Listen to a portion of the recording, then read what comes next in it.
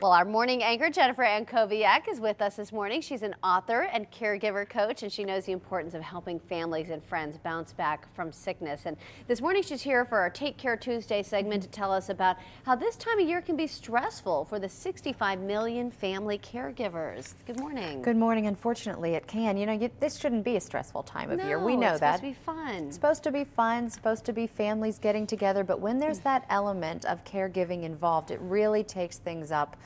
Emotions go up, the stress levels definitely go up. Well, and I think of holidays full of so many traditions, and I imagine for a caregiver that's hard because you want to keep the traditions going, but how do you do that? That's exactly what it is. The new reality doesn't fit with the old traditions, even though we want it to. And when we try to force that, that's when the problems start.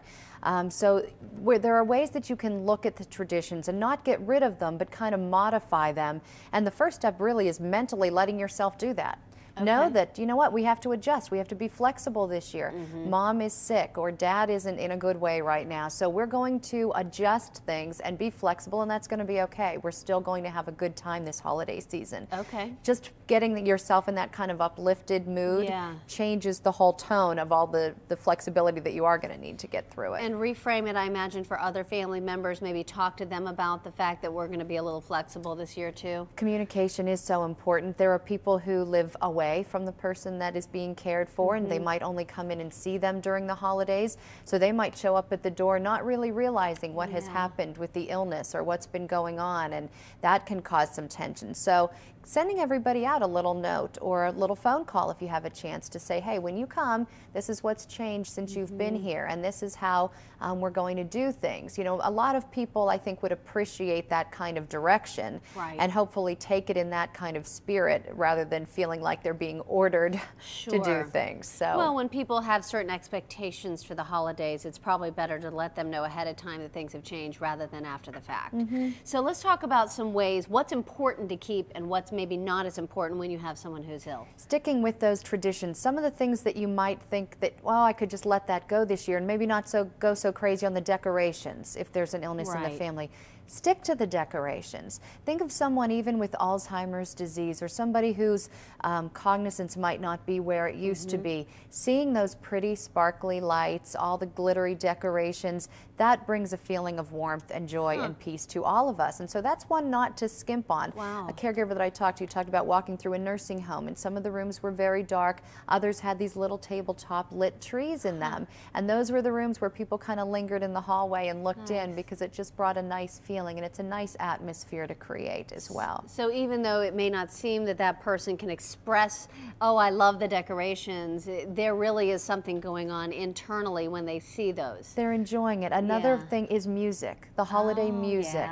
Big tradition, whether you have, whether you go to concerts, whether if the person is able to go out, or if you just have Christmas CDs or music playing. Sometimes carolers come around if they're in an assisted living facility. Definitely take advantage of those moments. Another case with an Alzheimer's patient where they didn't think that there was much cognizance there, but all of a sudden the lips of the person started to move with the carols. And a lot of those things come back to people. Those are the senses that start to come back, and those bring very powerful emotions. So it's good to pay attention to those things. Oh, that's neat. All right, what about the meals? That's a big part of the holidays. It is, and we kill ourselves, right? We go to the grocery store, you've got recipes on today, we're trying to get this ingredient for this and this for this. A lot of times when people are not feeling well, they're not so interested in food. So don't play up the going crazy on making sure that all this food is on the table. Focus on the gathering. If people need to bring things this time and donate to the dinner, that's your change that you're going to make, but you're going to keep the priority on the family togetherness. Okay, nice. What about the gift giving part? That's a big part. Don't spend a lot of money. How about that for a nice tip this time of year? Everybody's telling you to spend. The best gifts for caregivers and their families are gifts of time.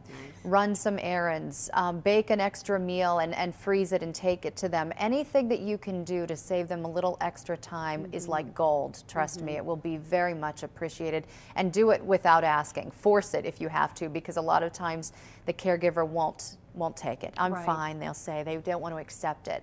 force it on them, and they'll really appreciate it. Yeah, and you're right. Sometimes you do have to force it, but Yeah. it really is a good thing. Do it. All right, and faith. I mean, that's really what the holiday's all about. It truly is, and what a better time, especially when you're dealing with a crisis in your family. I coach caregiver families, and I've seen too many times that the emotions of caregiving pulls families apart.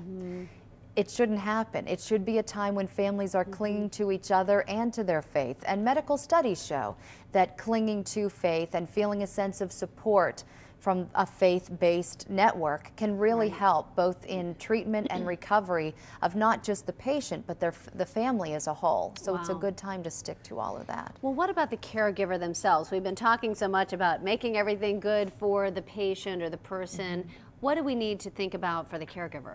I know that taking care of yourself in the midst of all of this doesn't seem like it's on the radar for a lot of people, but now more than ever in stressful times and times when you're feeling overwhelmed, it's important to go back to the basics. And if you think about self-care in a pyramid of equal parts, though a triangle really, more than a pyramid, with sleep and nutrition and physical activities being the points.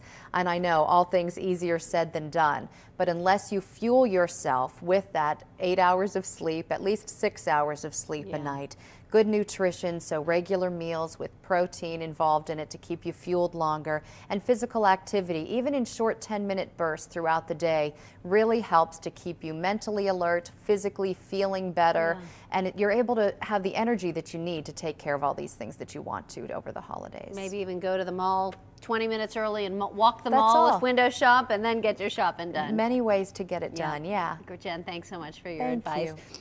And again, Jen does talks, workshops for caregivers. She has a national blog. You can find a link to that on our Pittsburgh Today live page at kdka.com. And she also offers caregiver tips on her Facebook and Twitter pages, so you can find out more in any of those places.